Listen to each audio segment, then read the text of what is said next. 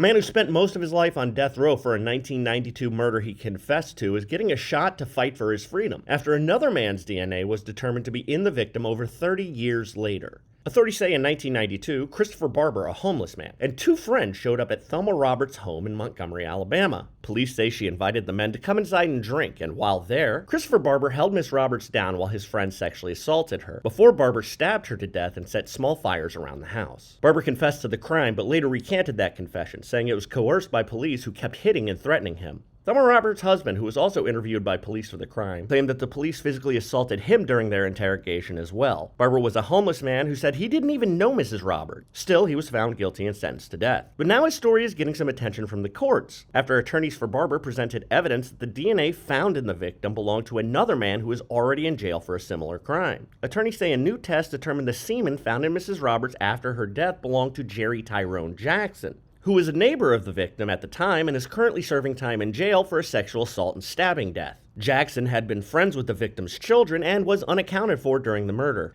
A federal judge has set a conference hearing on the case for October after expressing doubts about the state's new theory in the murder.